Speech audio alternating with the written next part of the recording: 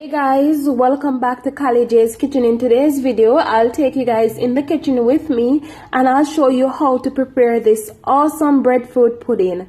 Don't forget to subscribe to my channel, turn on your post notification bell so you guys can always be notified whenever I upload a new video. Go ahead and tell your friends, tell your family members about Kali J's Kitchen and have them subscribe to my channel. Follow me on Instagram, it's KaliKitchen_1, and also on Facebook, it's Kali J's Kitchen. So here I have one breadfruit and I make sure I run my breadfruit under some running water before I slice up my breadfruit. You know, you just want to remove the stain, some of the stain from your breadfruit before you cut it up, alright? So you just want to just cut your breadfruit in two halves, and I know a lot of persons gonna ask, can I use ripe breadfruit to make my breadfruit pudding? Yes, you can use ripe breadfruit, whichever breadfruit you're comfortable using. But what I'm going to do, I'm going to make another pudding with the ripe breadfruit and show you guys how to do it, alright? So once you cut your breadfruit in two halves, what you're going to do, you're going to go ahead and peel your breadfruit. You always want to ensure that you remove the skin from your breadfruit, and you always want to remove the heart from the breadfruit as well.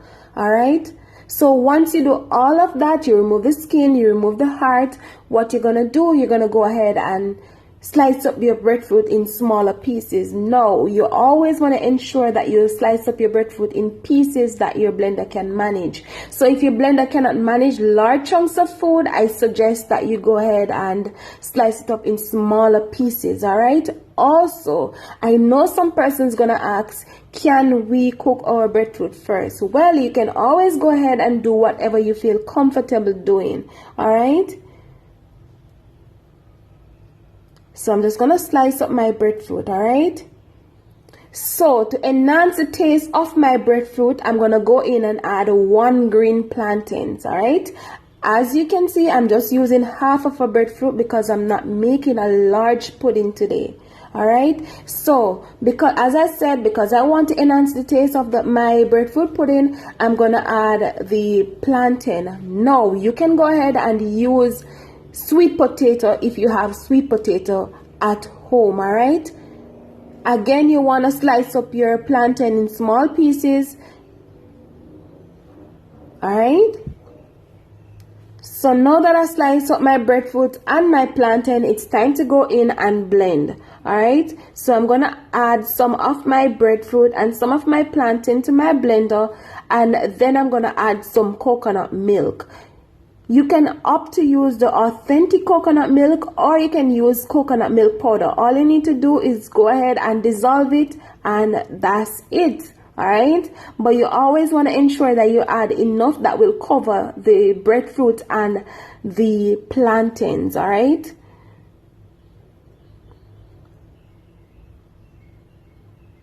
so once you do all of that, what you're gonna do, cover your blender, and then you're gonna go in and blend for roughly 3 minutes, alright, or 4 minutes, and this is what it should looks like. Alright, so this is what both the blended breadfruit and the plantain should looks like. So what you're gonna do now, you're gonna go in and add the rest of the ingredients. Alright, so you're basically gonna go in and add some brown sugar. You can always go ahead and use granulated sugar if you have granulated sugar at home. I will be adding some butter. Of course, you don't have to use this butter that I'm using the I don't remember the name of it now, but I'm using a specific butter that comes in a small container. But you guys can always go ahead and use other butter that you have at home. Alright, I will also be using some cornmeal, and that helps to keep the pudding together, and also some counter flour. Guys, remember, you can get all of these ingredients at your local supermarket or grocery store. Alright, so I'm also gonna go in and add my cinnamon powder, and of course I'm gonna add my nutmeg, and of course I'm gonna add my vanilla flavoring. If you guys have other spices at home, you can always go ahead and add a small amount. Alright, and of course you can't leave out your salt. You have to add some salt to this. Alright,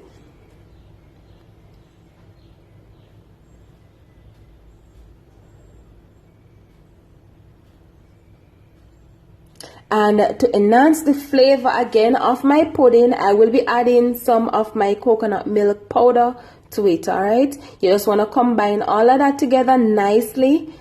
And guys, please note, I will not be adding any more water to this. All right, the consistency is right and rich. All right, I will be baking this pudding for roughly about 1 hour.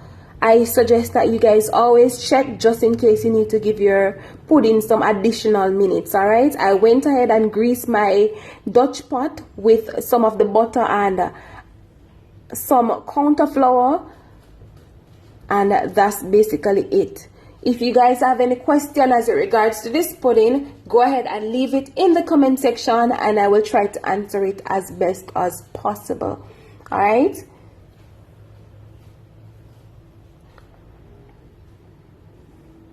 so you know you have to put some strength in all of this. All right, so now it's time to go ahead and pour the pudding mixture in my Dutch pot, and I'm gonna bake this for 1 hour, as I said earlier, at 250 degrees.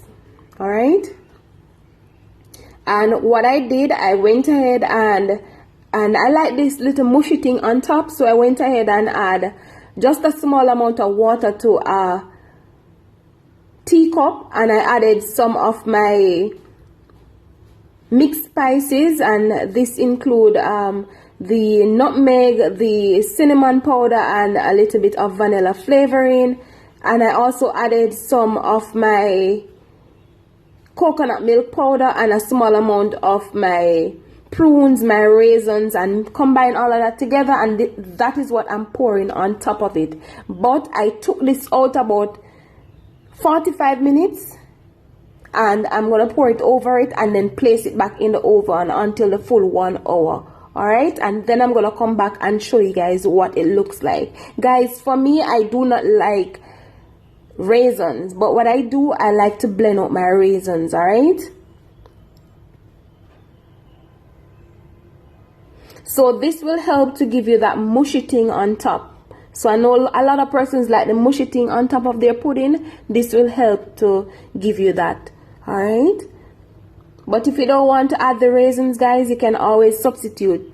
All right, remember to be creative, guys. Remember to be you in the kitchen. All right, so this is it. So we place this back in the oven and I'll come back and show you guys what it looks like. So this is it after 1 hour. So we're just gonna allow it to cool, and then I'm going to slice it up and show you guys the final product. Really easy, really simple, and I hope you guys enjoy this recipe as much as I enjoy making it for you guys. All right,